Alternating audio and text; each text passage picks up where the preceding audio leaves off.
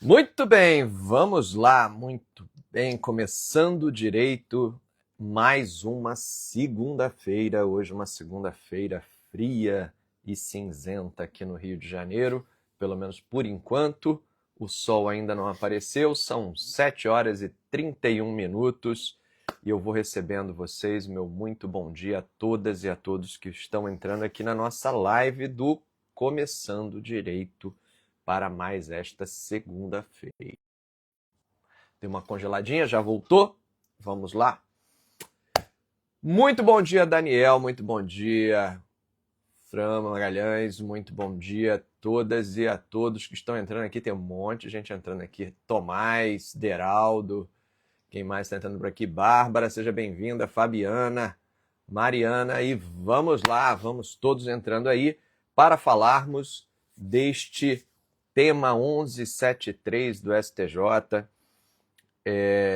Semana passada eu comentei uma decisão da terceira turma do STJ sobre eventual existência ou não de corresponsabilidade, de responsabilidade solidária entre imobiliárias, corretores de imóveis e incorporadoras e construtoras, no caso de inadimplemento na entrega do imóvel, se haveria essa solidariedade. A terceira turma deu uma decisão recente, em março, última decisão que foi noticiada agora em maio, e essa decisão está dentro do contexto do tema 1173, do tema repetitivo 1173, que estava pautado para o dia 8 de maio, ele estava para ser julgado no dia 8 de maio, foi adiado, foi retirado de pauta, então não tivemos a decisão no último dia 8, mas acredito que em breve esse tema será julgado, né? A pauta deve ser remarcada aí em breve, então a gente está às vésperas, acredito eu, da definição dessa discussão. E o que esperar desse tema 1173, o que esperar aí desse tema do STJ, desse tema repetitivo. Eu vou conversar com vocês sobre quais são os aspectos que deram origem ao tema 1173, quais são as teses e antíteses que estão postas na mesa aí, para que vocês possam tirar as próprias conclusões, analisar de acordo com a realidade concreta de vocês e o que a gente pode esperar, né? O que essa decisão da terceira turma de relatoria da ministra Nancy Andrighi, o que a gente pode esperar a partir dessa decisão? Será que ela significa um sinal de como que o STJ vai vir decidindo aí no âmbito da segunda sessão? Vamos ver, vamos bater esse papo bem detalhadamente. Ângela Maria, muito bom dia. Ana Maria, muito bom dia. Kelly, bom dia. O pessoal vai se chegando aí. Essas segundas-feiras que começam assim, pelo menos aqui no Rio, tá cinzenta e frio, e com um pouco de frio. Frio carioca, né? Frio carioca é o frio de 20 graus. Né? Então, só para esclarecer o pessoal do Sul, que não é o frio de verdade, é o nosso frio aqui, né? Frio bem mais ou menos. Mas vai dando uma preguiça, né? A gente vai começando o dia com um pouquinho mais devagar. Mas vamos nessa. Bom, vamos lá. Vamos devagar aqui. Primeiro eu quero fazer um esclarecimento e aí a gente vai desenvolvendo o debate. O primeiro esclarecimento é que a gente não está falando aqui, deixar isso bem claro, eu não vou falar aqui sobre aquelas hipóteses de compra e venda de imóveis usados que envolvam a intermediação de uma imobiliária ou de um corretor de imóveis autônomo. Essas operações de compra e venda de bens imóveis entre particulares usados, já construídos, né?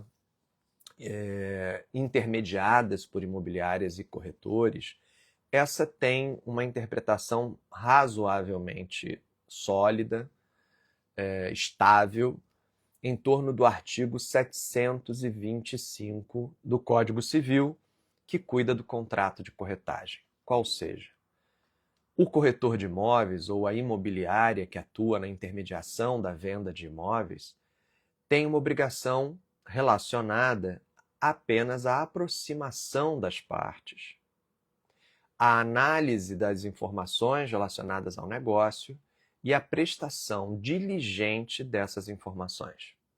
Então, se o corretor de imóveis, se a imobiliária analisou corretamente a documentação apresentada pelo vendedor, se teve o cuidado e a diligência de exigir ali que fossem apresentados os documentos comprobatórios devidamente atualizados, e se prestou as informações ao comprador corretas, né, as informações de que detinha e foram prestadas diligentemente, e dessa intermediação resultou o contrato, resultou a celebração do contrato de compra e venda, ou a promessa de compra e venda, né? Esse corretor ou essa imobiliária cumpriu o seu papel e, segundo o artigo 725, faz jus a receber a sua justa remuneração. Não? Então, receber a comissão por aquela operação imobiliária. Se posteriormente aquela promessa de compra e venda foi inadimplida, se posteriormente aquela venda foi destratada, foi rescindida, isso não é, via de regra, responsabilidade desse corretor de imóveis ou dessa imobiliária, porque não cabia a eles o cumprimento efetivo da venda. Cabia ao corretor a adequada intermediação do negócio. Quando que a gente vai poder, eventualmente e de forma excepcional, imputar responsabilidade por essa rescisão contratual, por essa ruptura contratual ao corretor ou à imobiliária? Quando tenha havido um fato relacionado à atividade dessa intermediação, como, por exemplo, omissão de informações relevantes ou negligência na análise das informações, de modo a ter induzido esse comprador ou esse vendedor a uma tomada de decisão em erro e que tenha sido a motivação pela não concretização do negócio ou a sua rescisão. Então, a gente tem uma rescisão contratual ou uma não conclusão definitiva da venda relacionada diretamente à conduta defeituosa, à prestação defeituosa de serviços por esse corretor de imóveis ou por essa imobiliária. Então, essa é a situação geral, né? Quando um corretor de imóveis ele é contratado, ele deve ser diligente para analisar a documentação relativa ao imóvel e trazer ali as considerações indispensáveis para a tomada de decisão das partes. Mais uma vez, unidas as partes, devidamente esclarecidas e informadas, e elas celebram ali a promessa de compra e venda ou a compra e venda propriamente dita, o que vier a acontecer depois no campo do inadimplemento contratual da venda, da promessa de venda, não é da responsabilidade do corretor ou da imobiliária, regra geral do artigo 725. Quem entrou depois, eu estou esclarecendo que estou falando aqui, primeiro, das situações ordinárias de corretagem, onde existe um imóvel usado que está sendo oferecido por um particular a outro particular numa operação de compra e venda do dia a dia, certo? E aí, nesse caso, não se pode colocar na conta da corretora ou da imobiliária um dever que não integra a sua atividade profissional, que é o dever de cumprir a compra e venda propriamente dita, ou de dar cumprimento à promessa de compra e venda propriamente dita. Então, se o adquirente não pagou o preço, se tornou inadimplente e houve rescisão, isso não é responsabilidade do corretor de imóveis que intermediou. Ou, se vice-versa, se foi o vendedor que não cumpriu corretamente a obrigação para transferir definitivamente o imóvel, não é o corretor que é ordinariamente aqui o responsável, e mesmo que ocorra a rescisão desse contrato, a comissão de corretagem não deverá ser restituída dentro da lógica geral e ordinária do artigo 725 do Código Civil. Ponto. Esse, então, é um cenário ordinário. Agora vamos para o cenário considerado no tema repetitivo 1173, afetado pela segunda seção do Superior Tribunal de Justiça. O contexto do tema 1173 não é o contexto ordinário da corretagem de imóveis, no sentido de que eu não estou aqui lidando com dois particulares numa operação de compra e venda comum de imóveis, né, usados, já existentes e já construídos. O tema 1173 ele vai se relacionar a uma questão que é a relação de consumo estabelecida entre a incorporadora / construtora, incorporadora e ou construtora, na venda de imóveis na planta, com intermediação de imobiliárias e corretores de imóveis, ao destinatário final, ao adquirente, que neste caso está enquadrado indiscutivelmente como consumidor final do imóvel. Então, se na situação ordinária da compra e venda entre dois particulares de imóveis usados não existe uma relação de consumo entre eles, eu, André, estou vendendo meu apartamento, aí a Marisa parece interessada para comprar o meu apartamento. Não temos entre nós uma relação de consumo. E o corretor que intermediar essa relação, embora ele ofereça, sim, um serviço ao consumidor final da corretagem, o serviço dele é o de corretagem e não o de venda propriamente dita de imóveis. Então, o risco da atividade dele e a eventual falha da atividade dele está relacionada apenas e exclusivamente à intermediação. Por que a relação entre André e Marisa não é uma relação de consumo? A relação do corretor ou da imobiliária ali até é, mas está afeta exclusivamente dentro do contexto da corretagem. Quando a gente traz a incorporação e a construção na comercialização de imóveis a serem construídos, de imóveis na planta, é diferente, porque aí a atividade da incorporadora / construtora é uma atividade de fornecimento no mercado de consumo.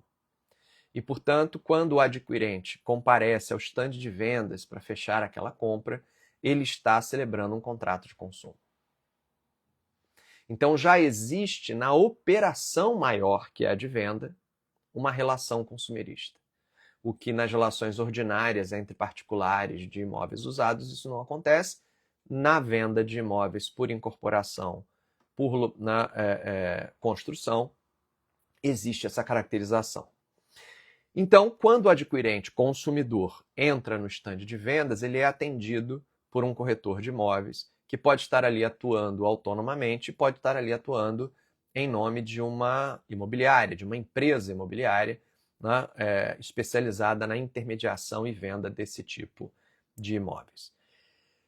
E aí a questão posta é a seguinte: considerando que existe uma relação de consumo maior, que é a que abrange a própria venda do imóvel, sendo a própria venda do imóvel uma operação inserida dentro do Código de Defesa do Consumidor, e sendo a intermediação da imobiliária uma etapa dessa venda, a intermediação sendo uma etapa dessa venda, e sendo também essa imobiliária uma fornecedora de serviços de intermediação no mercado de consumo, poderíamos dizer que, neste caso, incidiria o artigo 7º do Código de Defesa do Consumidor? O artigo 7º é aquele que diz que respondem solidariamente pelos danos causados ao consumidor dentro da relação de consumo todos os fornecedores que hajam intervindo dentro da cadeia de consumo. Então, todos os fornecedores que tenham intervindo na cadeia de consumo responderiam solidariamente pelos danos causados ao consumidor. Com essa tese, baseados nessa tese, vários adquirentes de imóveis, diante da frustração pelo não recebimento das suas unidades imobiliárias que não chegaram a ser concluídas, cuja construção não foi concluída no prazo combinado e nem mesmo dentro do prazo de tolerância, ao ingressarem com ações de rescisão de contrato por inadimplemento absoluto do incorporador, passaram a incluir as imobiliárias também no polo passivo, para dizer o seguinte: você atuou na cadeia de consumo. Você interveio nessa cadeia de consumo na forma do artigo 7º. Você também participou dessa operação, e porque você também participou dessa operação, então você também deve ser corresponsável por essa frustração de negócio, por esse inadimplemento absoluto e pelo meu direito, enquanto consumidor, a receber de volta tudo aquilo que paguei, mais as perdas e danos que eu sofri. Beleza. Tem um OBS aqui importante, galera. O OBS aqui importante é o seguinte. Essa discussão ela vai se tornar mais presente a partir do momento em que se tornou comum no mercado imobiliário a participação das imobiliárias, das corretoras de imóveis dentro da operação de venda, recebendo diretamente do consumidor a comissão de corretagem. E aí eu tenho que fazer esse esclarecimento para a gente entender como é que essa questão ela evolui e como é que isso vai parar no STJ a partir de qual contexto originário. Bom, há alguns anos atrás, o mercado passou a usar a seguinte estratégia.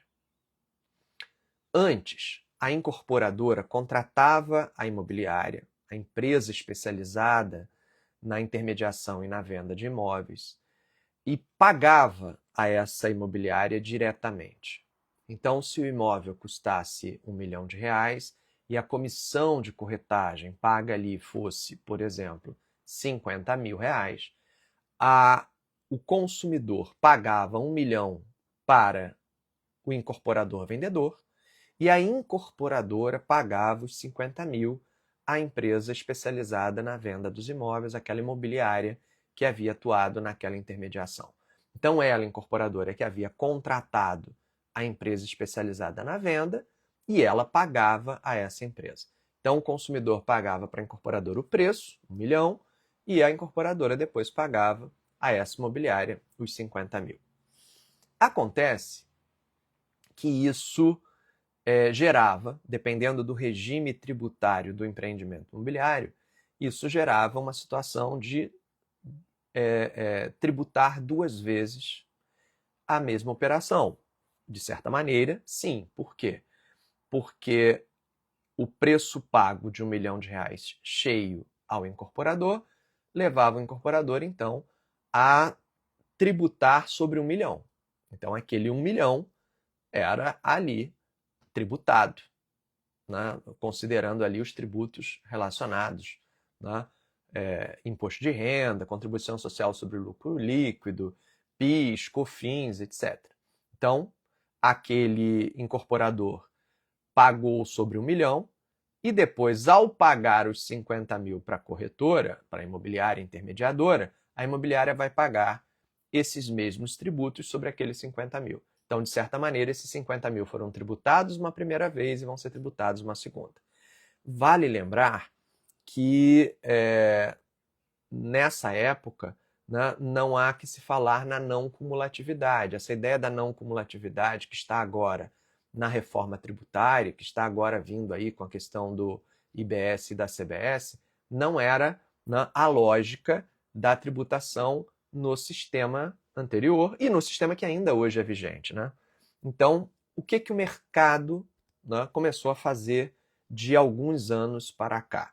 Ele começou a splitar esse pagamento, a dizer o seguinte, olha, no momento da aquisição, o adquirente, o consumidor final, ao invés dele pagar R$1 milhão de preço diretamente ao incorporador, que depois tira dali R$50 mil e paga para o corretor de imóveis, para a imobiliária, por que não já segregar esse preço, já splitar esse preço, dividir e fazer com que esse custo de aquisição ele já saia separadamente, de modo que a incorporadora receba a título de preço R$950 mil e a imobiliária receba a título de comissão pela intermediação os R$50 mil restantes, isso pago diretamente pelo consumidor. Isso passou a ser uma prática de mercado, que inclusive resultou em muitas ações judiciais. Né? Muitas ações judiciais foram propostas por adquirentes dizendo o seguinte, olha, me foi repassado um custo que não era meu, não fui eu que contratei aquele corretor, não fui eu que contratei aquela imobiliária, e estou aqui sendo obrigado a pagar a comissão de corretagem, fui pego de surpresa. E começou a haver várias ações de repetição de indébito da comissão de corretagem, para dizer, olha, me foi repassado um custo que não era meu, me foi acrescido um valor que eu não fui informado.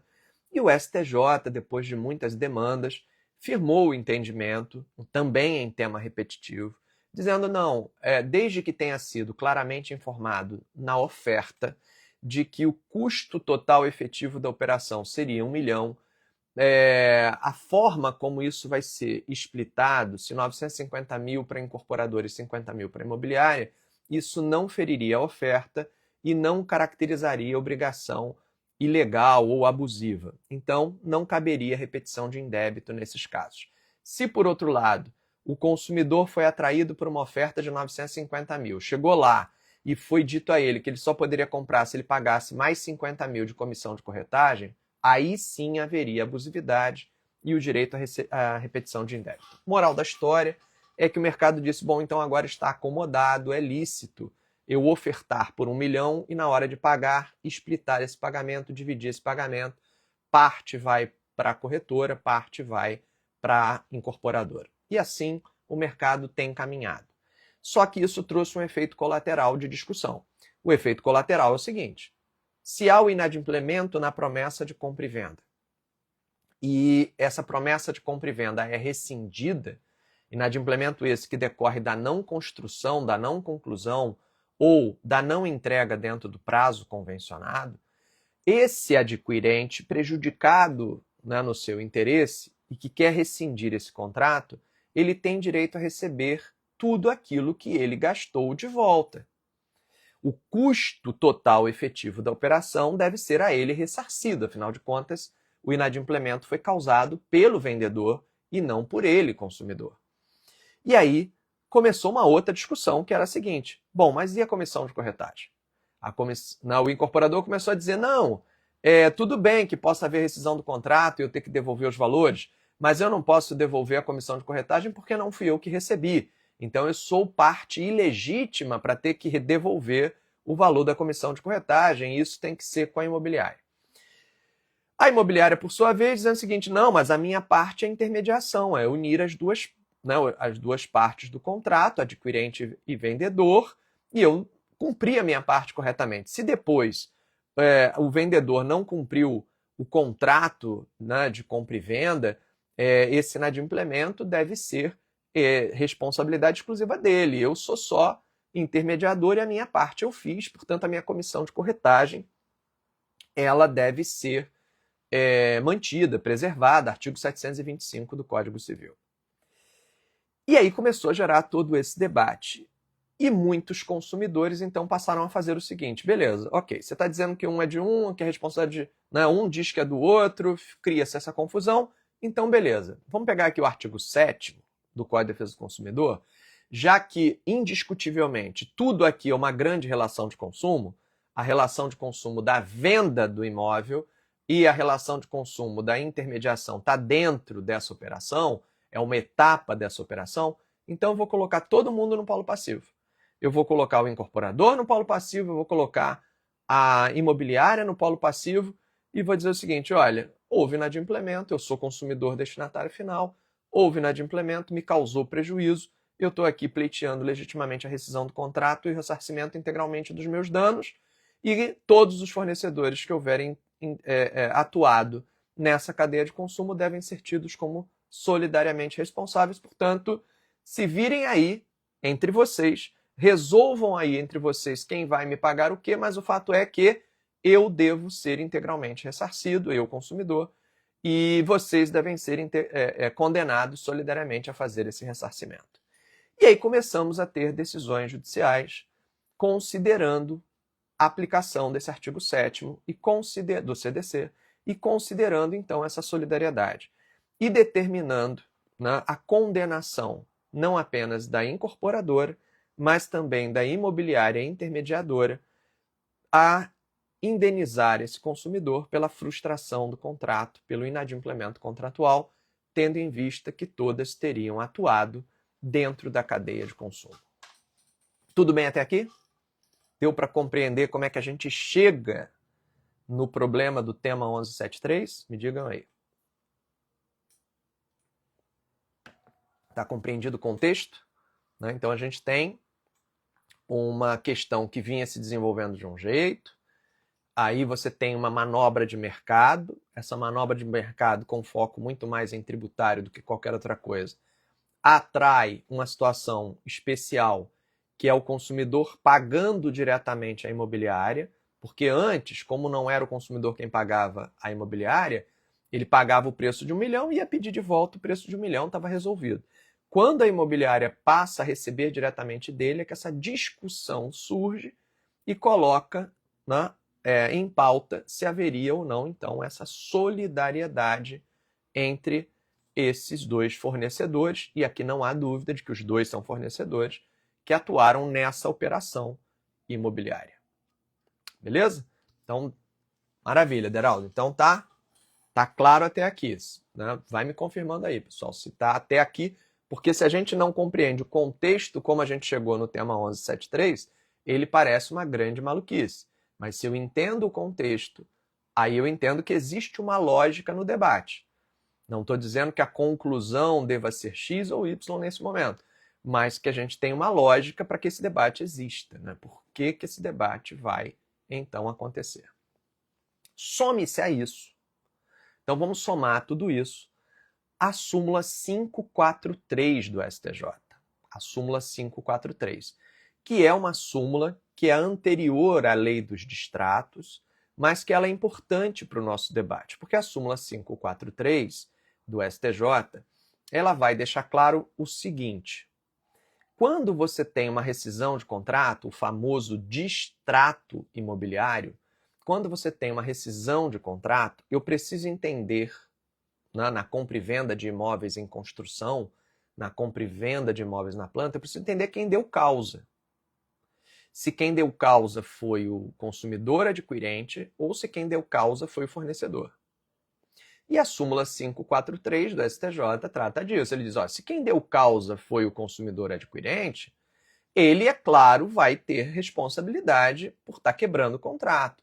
E ele não vai receber integralmente o dinheiro de volta, porque vai ter responsabilidade por certos danos que é ele, adquirente, quem está causando. Se é ele quem está quebrando o contrato, se é ele quem está causando a rescisão de contrato, ele, consumidor adquirente, vai ter certas responsabilidades.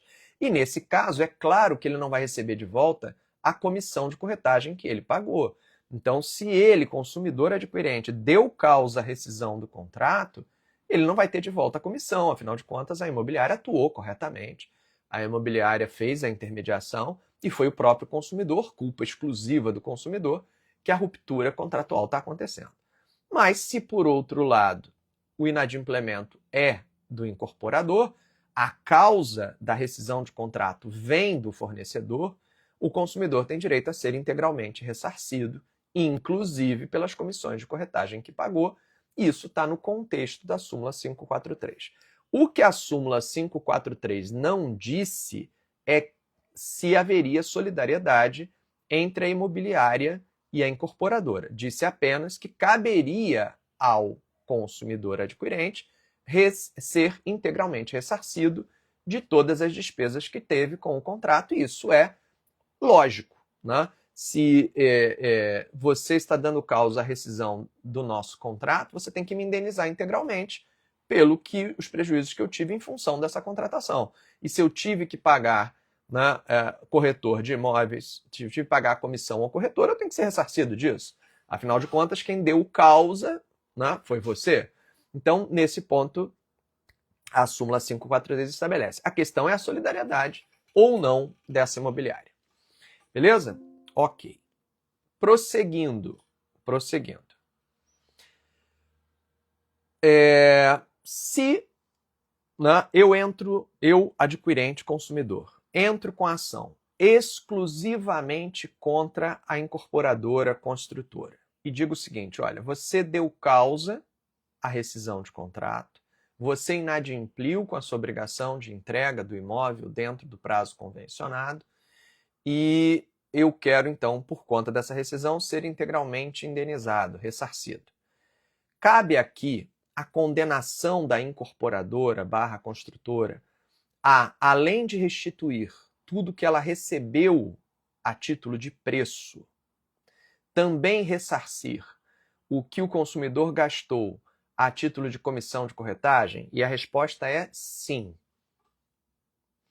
A incorporadora que deu causa à rescisão de contrato deve não apenas restituir os valores pagos, como também ressarcir o consumidor pelos danos que o consumidor sofreu com a contratação. Dentre esses danos está a despesa que ele teve com a escritura, a despesa que ele teve com ITBI, se ele já pagou, a despesa que ele teve com a comissão de corretagem, se foi ele quem pagou diretamente o corretor.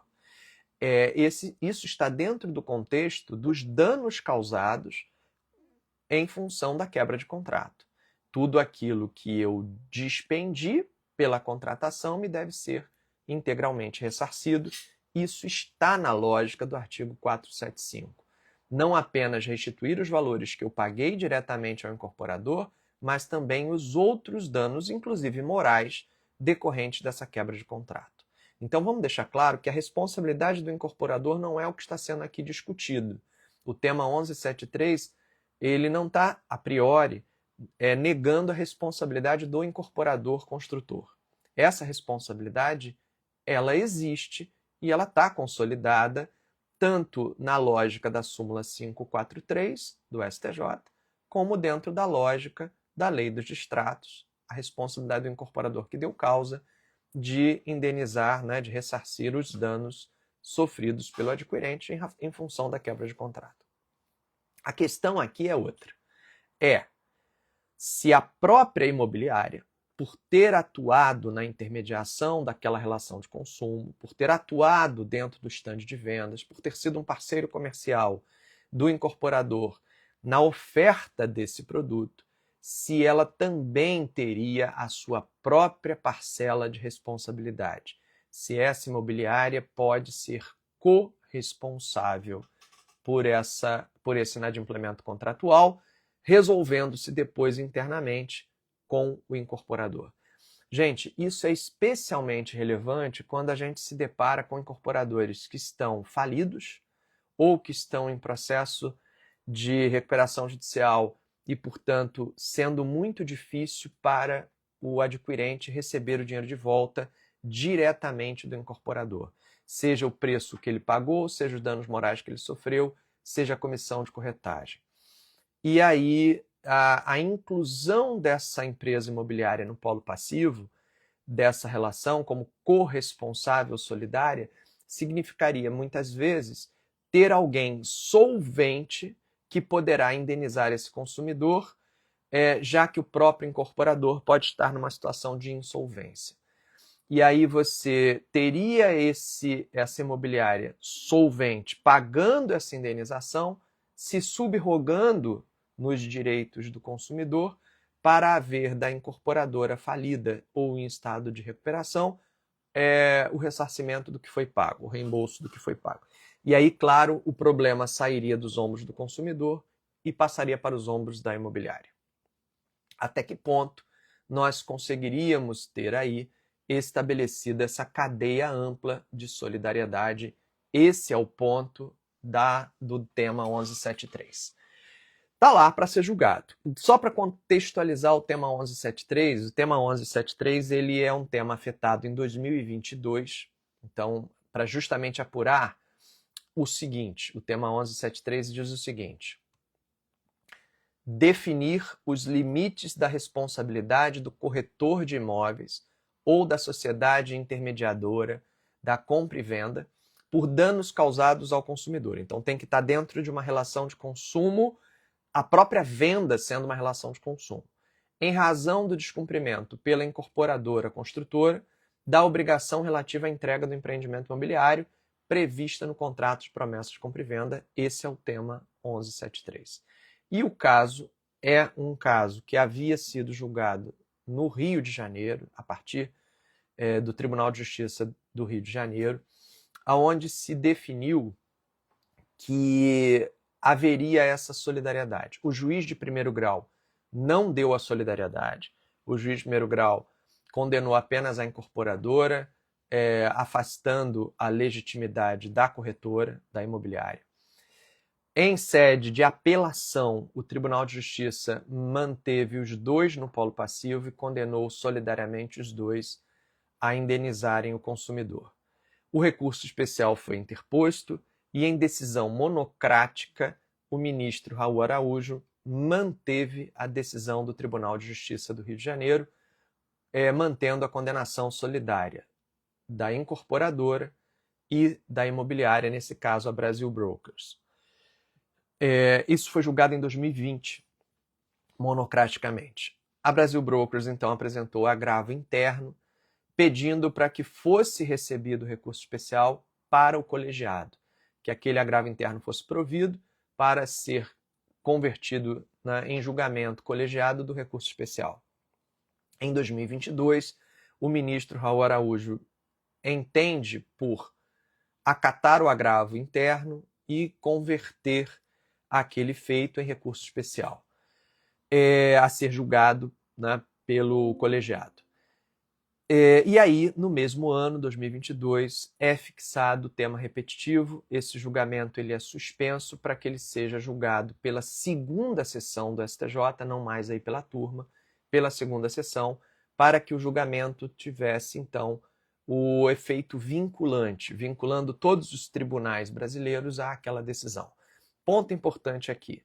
Em 2022, quando esse tema foi fixado como tema repetitivo, não foi estabelecida a suspensão dos processos com o mesmo teor. Então, quando a corte fixa o tema como repetitivo, ela pode seguir dois caminhos. Um, suspender todos os processos que versem sobre o mesmo tema, para que todos eles aguardem o julgamento do tema repetitivo, fiquem suspensos até o julgamento do tema repetitivo, ou pode a corte entender por não suspender os processos, deixar esses processos correndo regularmente e apenas reconhecer que existe ali uma questão recorrente que precisa ser unificada. Nesse caso, a segunda sessão optou por esse caminho. Não suspendeu os processos, mas apenas reconheceu a existência. Quando eu digo não suspender os processos, é não suspender os outros processos. Esse aqui que está afetado, sim, mas os outros processos da mesma matéria não foram suspensos, mas entendeu que sim haveria ali o interesse numa decisão uniformizadora da matéria. Então isso está desde dezembro fixado, dezembro de 2022. E vem desde lá, então, recebendo manifestações, inclusive de amicus curiae, fornecendo ali pareceres, e estava pautado para ser julgado agora em 8 de maio de 2025 e foi tirado de pauta. Então não foi julgado. Só que agora, em março, e a matéria foi veiculada na semana passada, e portanto em maio, no Notícias do STJ, a terceira turma do STJ julgou um caso que é no mesmo contexto do tema 1173. É um caso que tem a mesma matéria. Inclusive, a terceira turma, a relatora, a ministra Nancy Andrighi, ao começar a julgar esse caso, chamou a atenção para o fato de que é a mesma matéria que estava sendo julgada aqui, no recurso especial 2.155.898, 2.155.898. Depois eu escrevo aqui nos comentários, boto aqui na legenda, quando eu compartilhar essa live, lembrando que essa live vai ser compartilhada aqui no meu feed e lá no meu canal do YouTube, prof. André Roberto,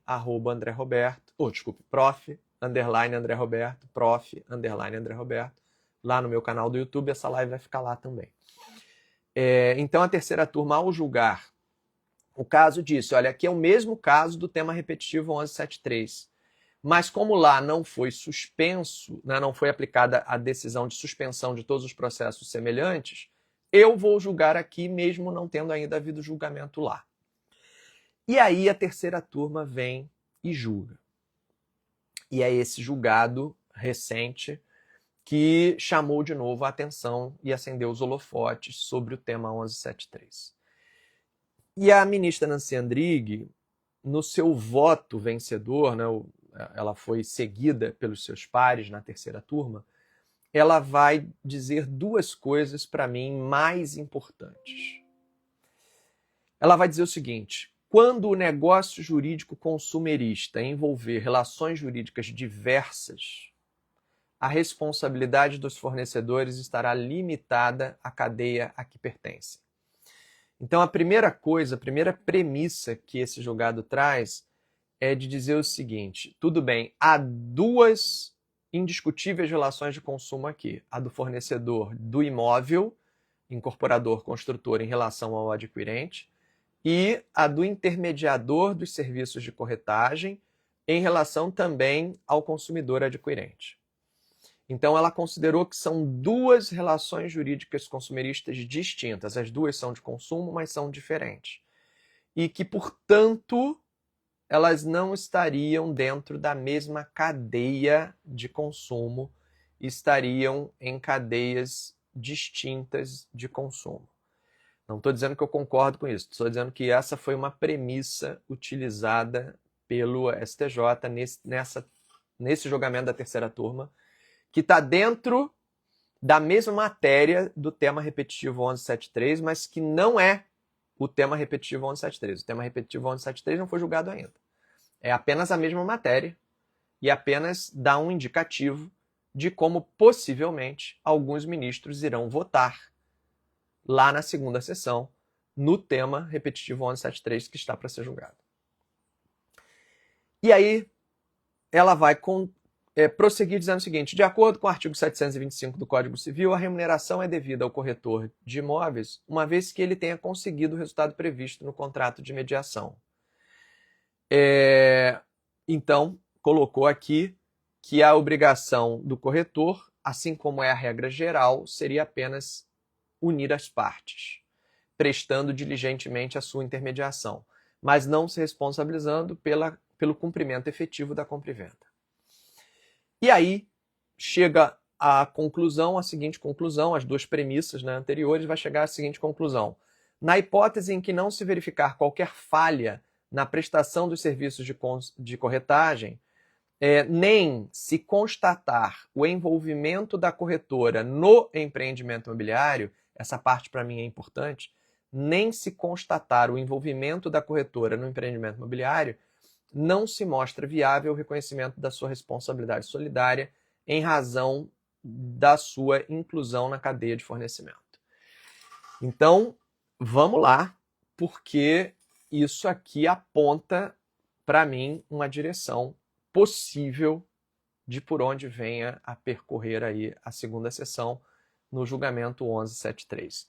Primeiro, saber quando é que a empresa imobiliária integra a oferta do empreendimento, quando é que ela integra ali efetivamente, quando é que ela se envolve no empreendimento imobiliário. Para mim, quando ela, por exemplo, participa do grupo econômico do incorporador, ou quando, de alguma forma, se pode caracterizar ali uma sociedade em conta de participação, uma atuação conjunta no desenvolvimento imobiliário do empreendimento, em que você consiga atrair a atuação dessa empresa imobiliária não apenas na ponta final da corretagem, mas na própria concepção e desenvolvimento do empreendimento imobiliário, participando, portanto, não apenas com a comissão de corretagem, mas também com outros ganhos que podem ser advindos dessa operação.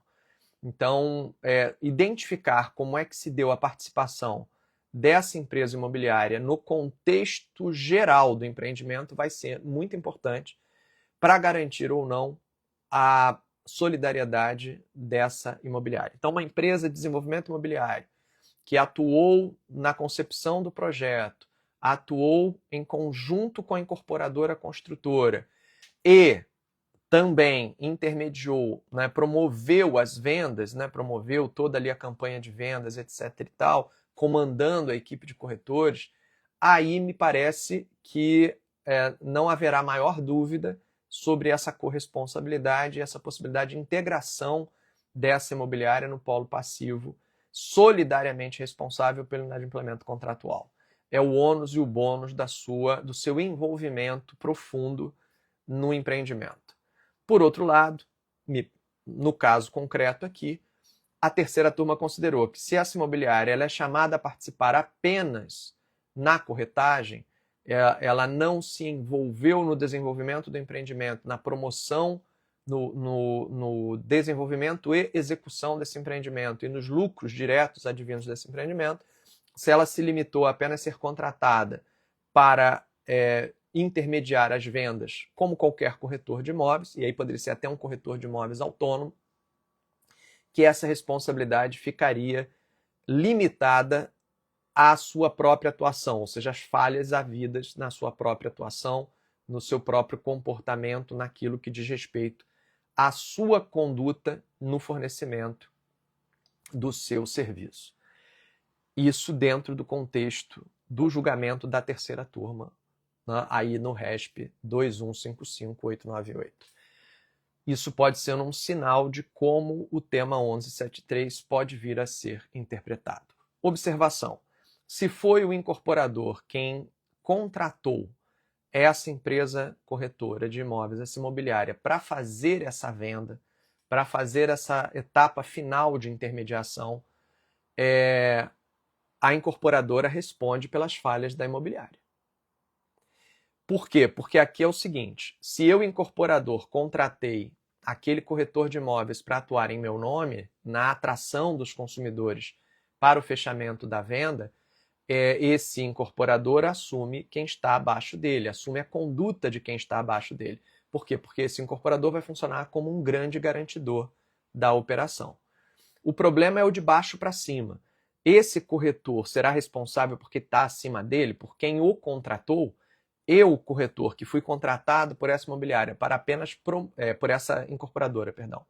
Eu, corretor, que fui contratado por essa incorporadora apenas para trabalhar no estande de vendas e atender aos clientes para fechamento da venda, terei responsabilidade pelos atos do incorporador de baixo para cima? É isso que a terceira turma entendeu que não, que nesse caso o corretor responderia só pelas condutas dele para baixo, mas não sobre as obrigações do incorporador para cima, ou seja, aquelas que dizem respeito à construção, à conclusão da obra, à entrega da unidade. O incorporador responde por todo mundo que está abaixo dele. O corretor responderia somente por si próprio, pela falha na sua própria prestação de serviço ou, eventualmente, por algum subcontratado que ele tenha colocado abaixo dele. Essa é a ideia que a terceira turma trouxe nesse julgado específico.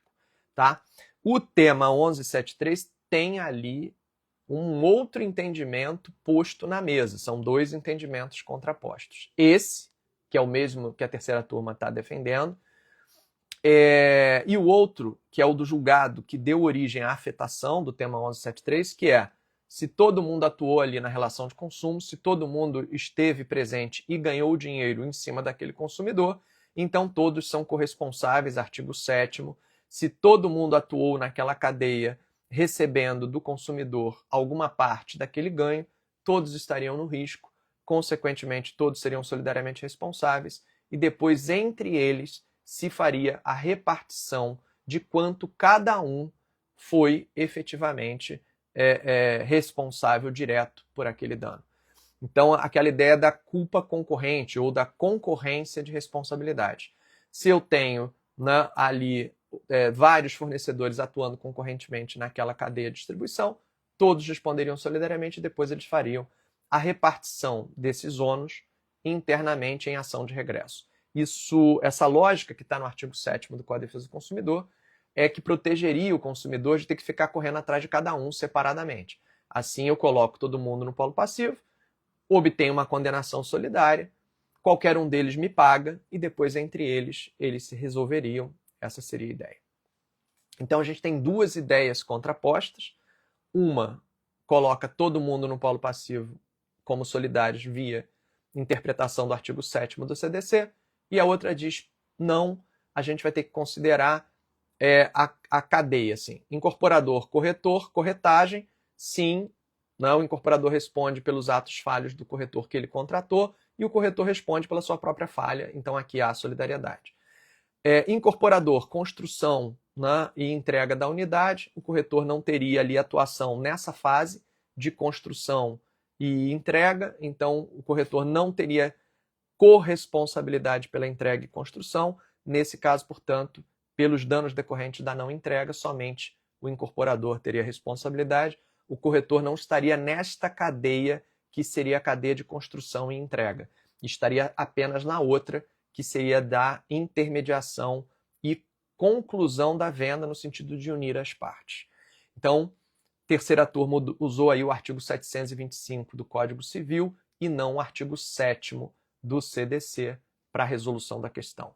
Esses dois entendimentos estão postos na mesa para serem apreciados pela segunda sessão do STJ ao ser julgado o tema 1173. Ele está para ser julgado, estava pautado para o dia 8 de maio, foi adiado, mas deve ser repautado em breve. Então, em breve a gente vai ter a questão aqui integralmente dirimida.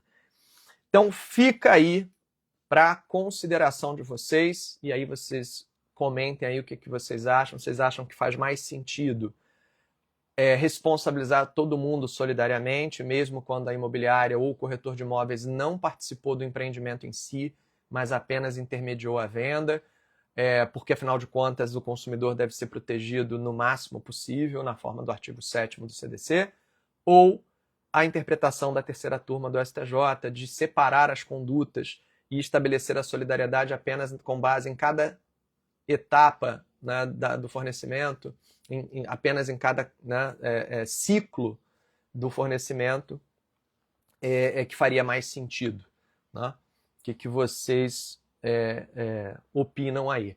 De qualquer sorte, vamos ter, provavelmente em breve, e aí a gente vai voltar a comentar por aqui na nossa live, quando isso for julgado, uma posição que defina essa questão. Eu estou aí numa aposta, mas é só, né, uma especulação, de que eu acho que a solução do tema 1173 não vai ser uma solução sim e não. Eu acho que ela vai ser uma solução de dependes.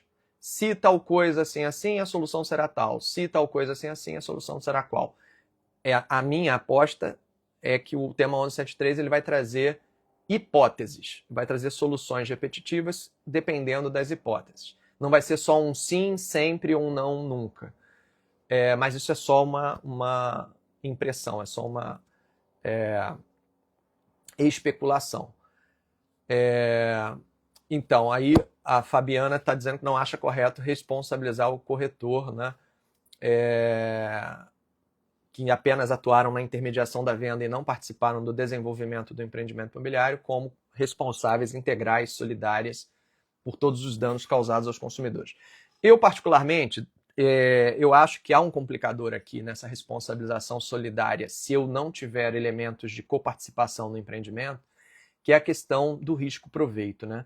Imagina uma imobiliária que só atuou mesmo fornecendo corretores de plantão para venda no stand, e que foi remunerado ali com 4%, 3%. A gente sabe que nessas operações nem é 5% a prática de mercado. Às vezes é 3%, às vezes é 4% de comissão, mas enfim, que seja 5%. Que essa corretora que recebeu ali 5% da intermediação assuma 100% da responsabilidade pelo eventual inadimplemento da construção, sem que ela tenha participado do fluxo de pagamentos, em nenhum momento tenha conseguido criar um colchão de provisionamento. Quer dizer, como é que essa imobiliária vai se provisionar se ela tiver que garantir 100% dos danos causados ao adquirente pelo futuro inadimplemento do incorporador construtor? Essa questão, essa análise econômica que eu tenho mais dificuldade, porque como é que eu vou estabelecer aqui esse provisionamento, né? De onde vai vir a receita para provisionar nesse nível de risco? Mas entendo, né, quem, como a Elaine, entende que a solidariedade deva existir, porque eu entendo que, de fato, né, principalmente as grandes empresas imobiliárias, como o caso da Brasil Brokers, que está envolvida aqui no tema repetitivo, da Abiara, que está envolvida aqui nesse tema, nesse julgado da terceira turma, que são grandes empresas imobiliárias com altíssimo faturamento, muitas delas com capital aberto em bolsa, que elas, né, teriam ali um risco de negócio com muito mais capacidade de se protegerem por meio de cláusulas, né, de garantia, cláusulas que as protejam dentro daquela operação do que o consumidor final, que pouco poder tem de buscar mecanismos de proteção. E que seria mais fácil, então, para uma grande imobiliária dessa se prevenir do que o consumidor final se proteger do inadimplemento. Mas fica aí, né, o contexto das discussões, né? Você protegeria a parte mais frágil e jogaria para os agentes econômicos essa análise mais cuidadosa. Ou seja, uma grande imobiliária teria que olhar com cuidado como é que estão compostas as garantias do empreendimento antes de sair vendendo o empreendimento. Isso poderia ter como efeito colateral positivo ao consumidor, que as imobiliárias teriam mais cuidado de se envolverem nas operações e, portanto, se tornarem mais exigentes, como se fosse um primeiro fiscal do cumprimento adequado do contrato. Isso poderia ser benéfico. Por outro lado, tem essa questão, né, de fato, da análise econômica do direito, como é que eu coloco isso no custo, como é que isso vai depois bater lá no final no bolso do adquirente, né, porque de alguma forma isso vai acabar onerando o custo total da operação. Vamos ver como é que isso vai vir. Eu também acho que vai vir sob a forma de depende se a operação é assim, se a operação for assado. Eu acho que não vai vir uma solução só A ou B, eu acho que ela vai vir ali um ABC, talvez um ABCD. Mas vamos esperar para ver. Beleza, gente? Então, vamos fechando aqui a nossa live, começando direito, com esse polêmico tema repetitivo 1173, que está aí para ser julgado e que foi sacudido, né, com o julgamento pela terceira turma do STJ de relatoria da ministra Nancy Andrighi. Vale lembrar que a ministra Nancy é uma ministra que tradicionalmente apoia o direito do consumidor, tradicionalmente se posiciona pró-consumidor e, neste caso, decidiu contrariamente aos interesses do consumidor. Então, isso já acende um sinal especial de alerta. Será que dentro da segunda sessão, né, o direito do consumidor ele terá força para prevalecer? Será que, neste caso, o direito do consumidor vai ceder à posição aí de uma análise mais econômica, de segregar a atuação de cada fornecedor de acordo com a fase que atuou, de acordo com a etapa onde atuou? Beleza? Maravilha, muito obrigado, Fabiana, aí também. Espero que tenha sido muito proveitosa para todo mundo, até para a gente pautar as nossas demandas, né? Eu vou entrar com uma ação nova sobre isso. O que é melhor fazer, né? É melhor colocar essa imobiliária no polo passivo? É melhor limitar o meu pedido? Eu até coloco ela no polo passivo, mas limito o meu pedido apenas a pedir que ela me restitua a comissão de corretagem, tendo em vista que o negócio depois foi rescindido? Ou nem isso? Porque a gente ainda corre o risco do tema 1173 entender que não cabe nem devolver a comissão de corretagem, que a comissão de corretagem deve ser objeto de ressarcimento exclusivamente pelo incorporador e que essa imobiliária tem direito a ficar com essa comissão mesmo com o negócio tendo sido inadimplido. Então, essa análise de risco, hoje, nós, advogados, quando vamos pensar em entrar com uma ação desse tipo para o nosso cliente, a gente tem que levar em consideração, porque ninguém quer causar sucumbência parcial para o cliente, né? Lembrando que hoje, o nosso cliente, imagina, eu entro contra uma incorporadora que está num processo de falência, ou em recuperação judicial, ou com uma situação de insolvência notória, e coloco a imobiliária também no polo passivo, tentando buscar solidariedade. Aí o meu cliente, né, é condenado em função da ilegitimidade passiva da imobiliária, né, na hipótese de se reconhecer que ela não tem responsabilidade. Ele é condenado em sucumbência, vai ter que pagar honorários ao advogado da imobiliária e, embora tenha vencido a ação contra aquela incorporadora, por ser uma incorporadora insolvente, ele pode acabar não recebendo nada, ou seja, o prejuízo dele, que era 10, vira um prejuízo de 12. Né? Então, hoje eu tenho que fazer essa análise de risco, trazer para o meu cliente essa possibilidade e decidir se vale a pena ou não, de fato, colocar a imobiliária no polo passivo ou se é melhor eu colocar apenas a incorporadora. E repito, façam a análise do papel dessa imobiliária no desenvolvimento do empreendimento, não apenas a atuação pontual na venda final.